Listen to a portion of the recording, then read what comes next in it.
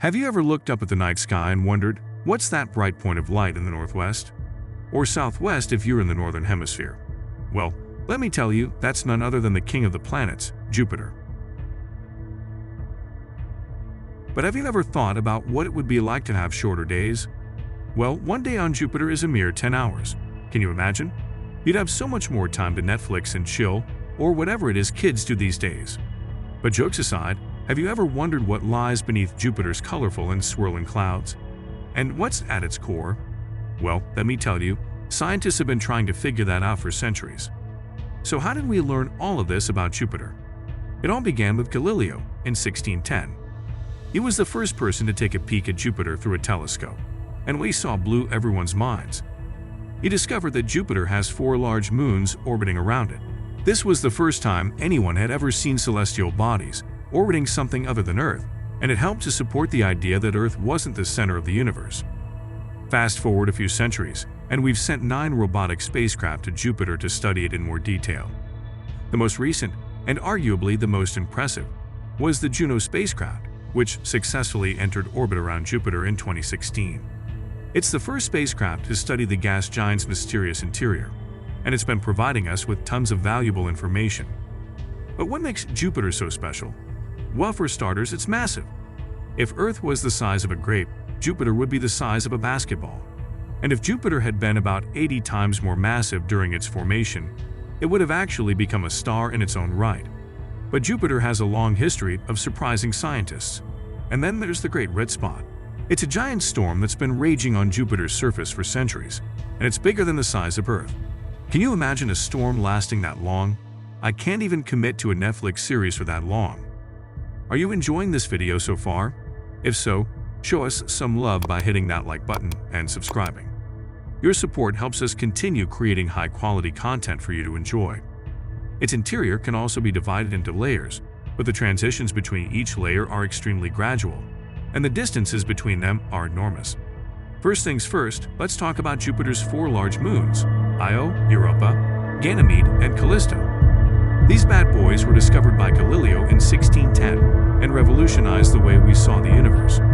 Up until then, we thought Earth was the center of the universe, but these observations show that celestial bodies could orbit other objects. So, thank you, Jupiter, for humbling us and showing us our place in the grand scheme of things.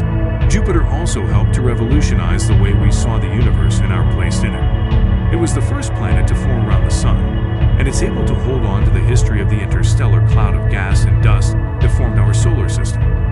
Now, let's get back to Jupiter's layers. It's like Jupiter is a giant onion, and every time you peel a layer, you find another one waiting for you. But unlike an onion that makes you cry, Jupiter makes you want to explore more. As we delve deeper into Jupiter's atmosphere, things start to get really weird. The pressure and temperature increase with every mile we descend, creating a truly bizarre environment. It's like sinking through a thick fog that becomes wetter and wetter until you find yourself swimming in a liquid. But this isn't just any liquid. It's an ocean of hydrogen, the largest in the solar system. And it gets even weirder. As we reach halfway to the center of the planet, the liquid hydrogen starts to act more like liquid metal. Can you imagine swimming in a liquid metal ocean? It's like something straight out of a science fiction movie. And the pressure? Oh, just 100 million times the atmospheric pressure at sea level on Earth. No big deal. But let's back up a bit. You might be wondering how Jupiter, a giant gas planet, could have an ocean. Well, it all comes down to the elements existing in different states, depending on external factors like pressure and temperature.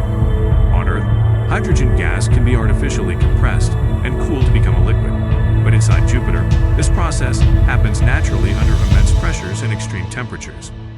These enormous pressures may be 500,000 times greater than the pressure at sea level on Earth, and they may be accompanied by extreme temperatures of up to 1700 degrees Celsius or 3100 degrees Fahrenheit. It's like sinking through increasingly heavy fog that becomes wetter and wetter the further you sink until you find yourself swimming in a liquid.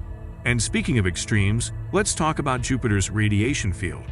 It reaches out more than 185,000 miles from the planet's surface and is strong enough to damage spacecraft that travel too close. It's like being in a giant microwave. But unlike your leftovers, Jupiter's gases produce almost as much heat as it receives from the Sun. Its massive size suggests that it was able to hold onto the debris left over from the interstellar cloud of gas and dust that eventually formed our star. But even though Jupiter is big, it's not the brightest of the planets. That title goes to Venus. But Jupiter and Venus are very different in how they wander across the sky. Have you ever wondered why Jupiter looks like it's covered in thick, swirling clouds? Well, those clouds are made up of cold, dense ammonia and water, floating in a translucent atmosphere of hydrogen and helium. But don't let those clouds fool you. They're hiding a whole lot more than just a pretty face. You see, beneath those clouds, the pressure and temperature gradually build and build until the hydrogen gas that dominates most of the atmosphere slowly compresses into a liquid. But it gets even more bizarre the deeper you go into Jupiter's ocean. At depths of perhaps halfway towards the center of the planet, the liquid hydrogen starts to act more like liquid metal. And at the very center, scientists have discovered a fuzzy or partially dissolved core. Who would have thought that the largest planet in our solar system would have a core that's not even solid? But let's not forget about Jupiter's rings. Yep, Jupiter has rings, but they're faint and made up mainly of dust particles. They're composed of three major segments: an inner torus of particles known as the halo, a relatively bright main ring, and an outer gossamer ring. And finally, let's talk about those colorful light and dark bands that surround Jupiter. They're created by strong east-west winds in the planet's upper atmosphere, traveling more than 335 miles per hour, 539 kilometers per hour. The white clouds in the light zones are made of crystals of frozen ammonia, while darker clouds made of other chemicals are found in the dark belts. And at the deepest visible levels, you'll find blue clouds. But don't think these stripes are static, they change over time. Before the Juno spacecraft sent back its groundbreaking data, scientists had their own theories about what lies at the center of Jupiter. They thought it would be a compact and dense object, about the size of Earth, made up of heavy elements like silicate rock and iron. But as it turns out, Jupiter's core is actually a diluted, diffuse mess, mixed in with the liquid metallic hydrogen surrounding it. Who would have thought that the king of the planets would have such a weak core? But let's not forget the real star of the show, the Great Red Spot. This massive storm is twice the size of Earth, and its edge spins at speeds of up to 425 miles per hour. That's faster than most cars on the highway. And let's not forget about Jupiter's 79 known moons, mostly named after the paramours and descendants of the Roman god of the same name. But the real stars of the moon show are the four largest moons: Io, Europa, Ganymede, and Callisto, also known as the Galilean moons. But what about the potential for life on these moons? Well, scientists have found hints of liquid water oceans beneath the crusts of Jupiter's three largest icy moons, Europa, Ganymede, and Callisto.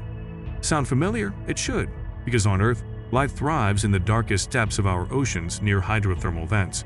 So, could life be thriving on these moons as well? Enter the Jupiter Icy Moons Explorer, or JUICE for short.